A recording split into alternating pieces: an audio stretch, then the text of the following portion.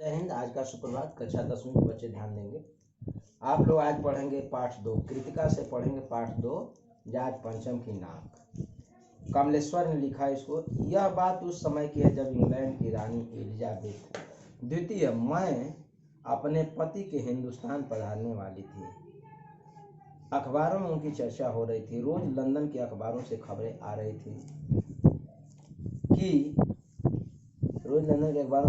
थी कि शाही दौरे के लिए कैसी कैसी तैयारियां हो रही हैं। रानी एलिजाबेथ का दर्जी परेशान था कि दर्जी किसको कहते हैं, कपड़ा सिलने वाले को।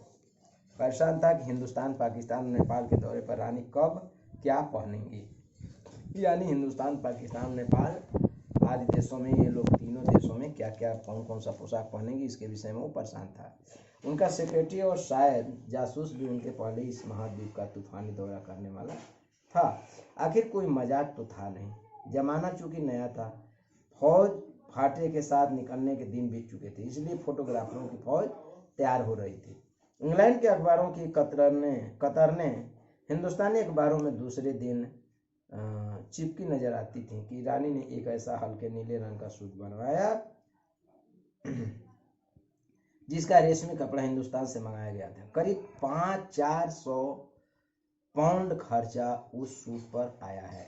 रानी एलिजाबेथ की जन्मपत्री भी छिपी। प्रिंस फिलिप के कारनामे छपे और तो और उनके नौकरों, बावर्चियों, खानसामों, अंगरक्षकों की पूरी पूरी जीवनियां देखने में आई। शाही महल में रहने और पलने वाले कुत्तों तक की तस्वीरें अखबारों में छप गई।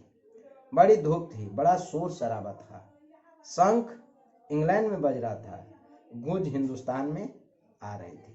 कहने का मतलब क्या है कि शंख इंग्लैंड में बज रहा था, गूंज हिंदुस्तान में आ रही, मतलब वहां तैयारियां हो रही थी इन देशों पर आने के लिए। इन खबरों से हिंदुस्तान में सनसनी फैल गई।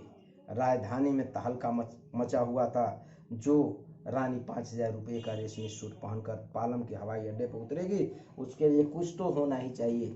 कुछ क्या, बहुत कुछ होना चाहिए। जिसके बावर्ची पहले महायुद्ध में जान हथेली पर लेकर लड़ चुके हैं, उसकी शान शौकत की क्या कहने।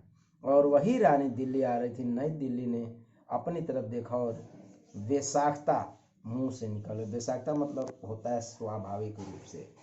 वह आए हमारे घर, खुदा की रहमत। कभी हम उनको, कभी अपने घर को देखते हैं और देखते देखते नई दिल्ली का काया पलट होने लगा। और करिश्मा तो यह था, करिश्मा मतलब अजूबा, कि किसी ने किसी से नहीं कहा, किसी ने किसी को नहीं देखा। सड़कें जवान हो गई, बुढ़ापे की धूल साफ हो गई। इमारतों ने नाजनीनों की तरह श्रृंगार किया। नाजनीन का मतलब होता है कोमलांगी, कोमल अंगों वाली। श्रृंगार मतलब सजावट किया। लेकिन एक बड़ी मुश्किल पेश थी, वह थी जाज पंचम की नाक। नई दिल्ली में सब कुछ था, सब कुछ होता जा रहा था, सब कुछ हो जाने की उम्मीद थी। उम्मीद मतलब आशा। पर जाज पंचम की नाक बड़ी मुसीबत थी। नई दिल्ली में सब था, सिर्फ नाक नहीं थी। इस नाक की भी एक लंबी दास्तान है। दास्तान मतलब कहानी होती है। इस नाक के लिए बड़े तहलके मचे थे। किसी वक्त, किसी समय आंदोलन हुए थे, राजनीतिक पार्टियों ने प्रस्ताव पास किए थे, चंदा जमा किया गया था, कुछ नेताओं ने भाषण भी दिए थे, गर्मा गर्म बहसें भी हुई थी, अखबारों के पन्ने रंग गए थे। बहस इस बात पर थी कि जाज पंचम की नाक रहने दी जाए या हटा दी जाए।